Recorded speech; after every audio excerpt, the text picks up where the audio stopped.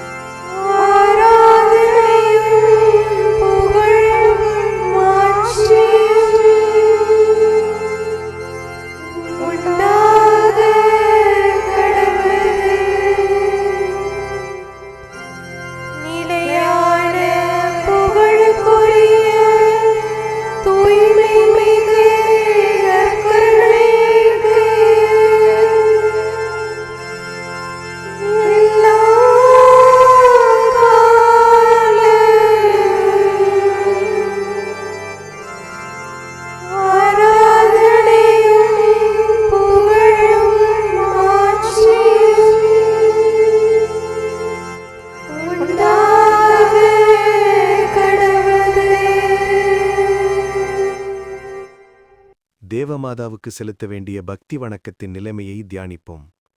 இந்த நிலைமையின் அவசரம்.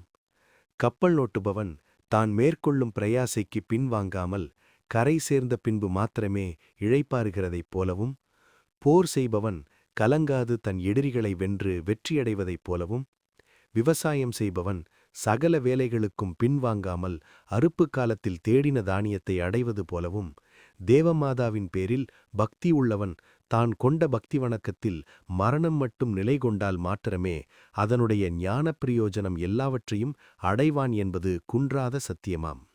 அதை பற்றி புனித லிகோரியுஸ் என்பவர் எழுதி வைத்ததாவது: பரிசுத்த கன்னிகையே, உம்மை நேசித்து மன்றாடி இடைவிடாது உமக்கு ஊழியம் செய்பவனாக உமது இரட்சண்யத்தை அடைவேன் என்பது நிச்சயம்.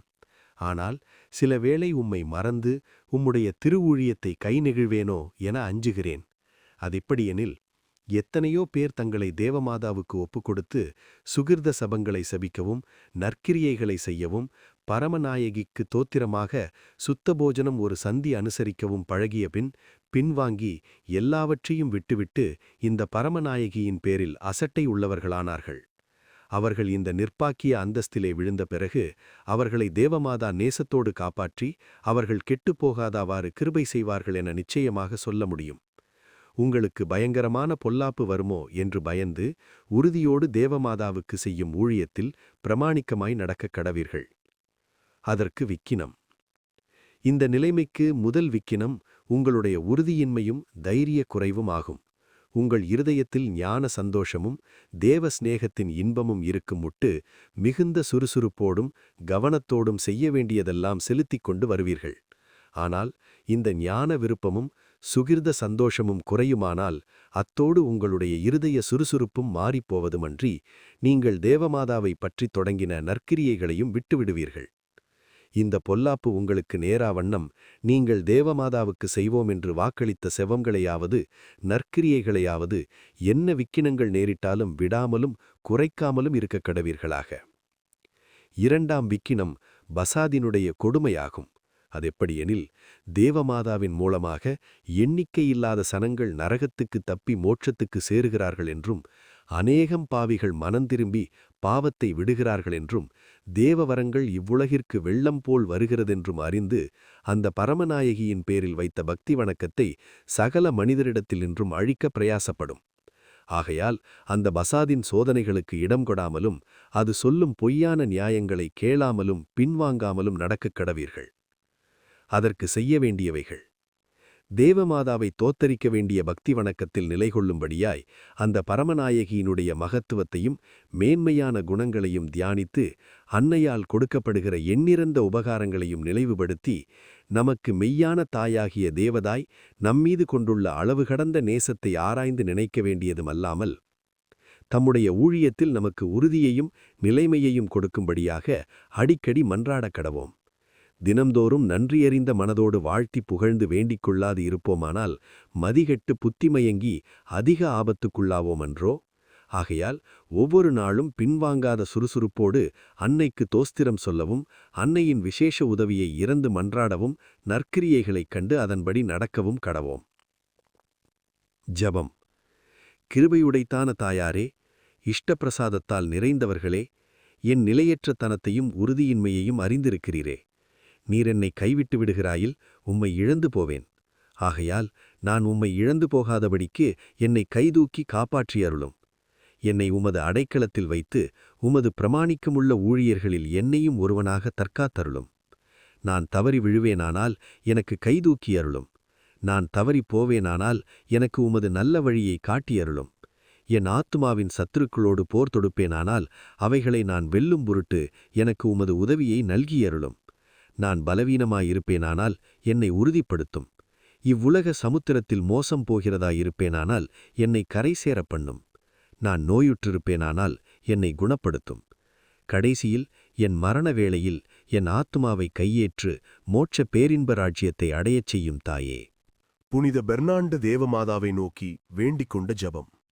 மிகவும் இரக்கமுள்ள தாயே, உம்முடைய அடைக்கலமாக ஓடிவந்து உம்முடைய உபகார சகாயங்களை இறந்து உம்முடைய மன்றாட்டுக்களின் உதவியை கேட்ட ஒருவனாகிலும் உம்மால் கைவிடப்பட்டதாக ஒருபோதும் உலகில் கேள்விப்பட்டதில்லை என்று நினைத்தருளும். கன்னியருடைய இராக்கினியான கன்னிகையே, தயையுள்ள தாயே, இப்படிப்பட்ட நம்பிக்கையால் ஏவப்பட்டு உம்முடைய திருப்பாதத்தை அண்டி வருகிறேன். பெருமூச்செறிந்து அழுது பாவியாலிய நான் உமது தயாளத்துக்கு காத்துக்கொண்டு உமது சமூகத்திலே நிற்கிறேன். அவதரித்த வார்த்தையின் தாயே, என் மன்றாட்டை புறக்கணியாமல் தயாபரியாய் கேட்டுத் தந்தருளும். ஆமேன். ஜென்ம பாவமில்லாமல் உற்பவித்த அர்ச்சிய சிஷ்டமரியாயே, பாவிகளுக்கு அடைக்கலமே, இதோ உமது அடைக்கலமாக ஓடி வந்தோம். எங்கள் பேரில் இரக்கமாயிருந்து எங்களுக்காக உம்முடைய திருக்குமாரனை வேண்டிக் கொள்ளும். ஆமேன்.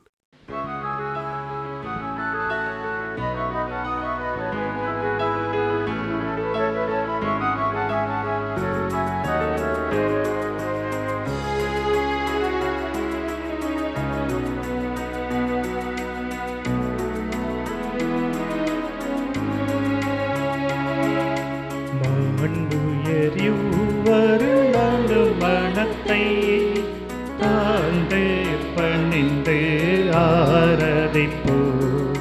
பழைய நியம முறைகள் அனைத்து இனி மறைந்து முடிவு பெறுக.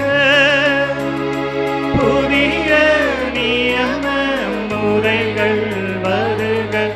புலன்களாலே மனிதன் இதனை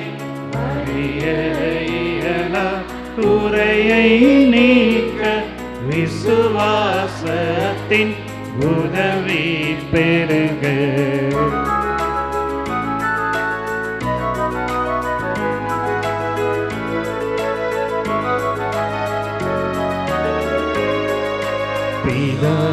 பிதாவர்க்கும் சுதனவர்க்கும் புகழ்ச்சியோடு வெற்றியாகும். மீட்பின் பெருமை மகிமையோடு வலிமை வாழ்த்து யாதுமாக. இருவரிடமாய் வருகின்றவராம் தூய ஆவியானவர்க்கும் அளவில்லாத சம புகழ்ச்சி என்றுமே உண்டாகுவதாமே. திரியக தேவன் வாழ்கவே. வாணி நின்று அவர்களுக்கு அப்பம் அளித்தீரே. இனிமையால் தன்னகத்தை கொண்ட அப்பம் இதுவே. ஜெபிப்புமாக. இறைவா, இந்த வியப்புக்குரிய திருவருட் சாதனத்திலே உம்முடைய திருப்பாடுகளின் நினைவை எங்களுக்கு விட்டு சென்றீர். உமது திருவுடல் திரு ரத்தம் இவற்றின் மறைபொருளை வணங்கும் நாங்கள் உமது மீட்பின் பலனை இடைவிடாமல் சுவைக்க அருள் புரிவீராக. என்றென்றும் வாழ்ந்து ஆட்சி செய்கின்ற உம்மை மன்றாடுகின்றோம்.